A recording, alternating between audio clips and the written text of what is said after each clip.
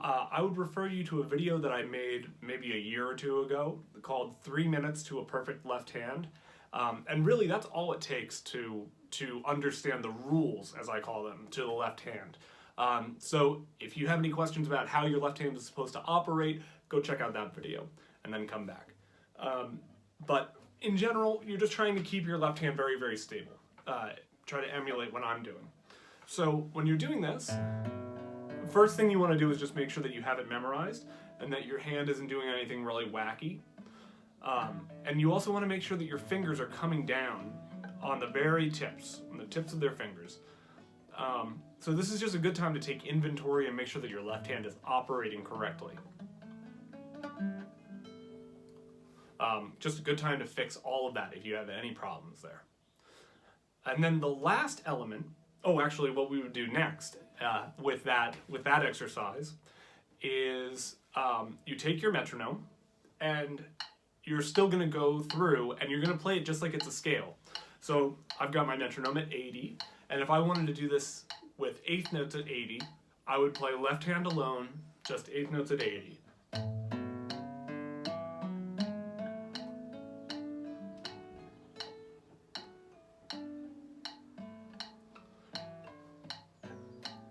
So now you have a couple of things to think about. You have your left hand technique, you have putting everything down and being economical in your movements, but you also have to be thinking those subdivisions like you were a second ago. Da, da, da, da, da, da, da, da. Because if you're not doing that, you can't jettison any part of this as we are adding more elements. So now we've got your mental facilities cooking, we've got your left hand cooking, and now we're just going to mix in the right hand. So here's the right hand exercise that I find very, very helpful for getting your scale speed faster. And we're not going to need the metronome for this one. All we're going to do is you're going to play the first note, and as soon as you play the first note, your next finger is going to come right down. So if I'm playing my first note with my I finger, as soon as I pluck it, my M finger is going to come down on the string and prepare. Watch this.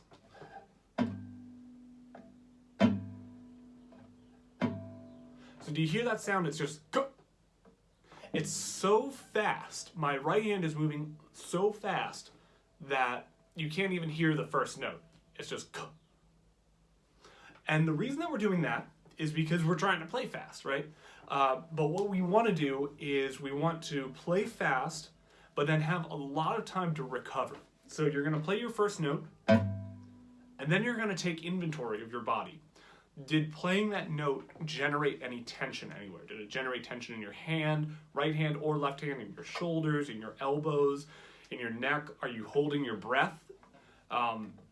These are all things to think about. So you're going to think about that after you play your note. And then you're going to relax everything, and then you're going to do your next note. In this situation, it's a string crossing. I'm going from the sixth string to the fifth string. So you're not going to get that staccato sound. The sixth string is going to ring. But I've got my finger on the fifth string already. Then the next note, I've now released all my tension. Oops. So it takes a little bit of mental facility to do. It's a little bit of an awkward exercise, but all we're doing is we're taking these notes, and I like to think of these notes as like big blocks, right? And we're adding a lot of space in between. And what you want to do is just clean out any unnecessary gunk that's in between your notes. So like, for example, if you prepare and you land and you're not in a great spot on your finger, then try it again. And now you're in a good spot. Now you're right on your contact point that you want to be playing on. You want to also make sure that you're not gathering tension, as I said before, you're not holding your breath, as I said before, and that each of these notes is a concerted effort to do it as easily and as nicely as you can. And what you're going to find is if you build these elements slowly, like we've been doing in this video, then when you bring it up to speed, it's going to feel like you're carrying a lot less weight, Because realistically, when you were probably practicing this just as fast as you can, then you probably had lots and lots of tension building in between each thing. Or your left hand was getting confused, or your right hand was getting confused, or you weren't thinking digga digga digga digga digga digga digga. So all of these elements together are going to increase your scale speed by just removing all the unnecessary things that you were doing already. So that's my exercise for getting your scales faster. I hope you liked the video, and if you felt like this video was helpful to you, consider making a tax-deductible donation to Ex-Aequo.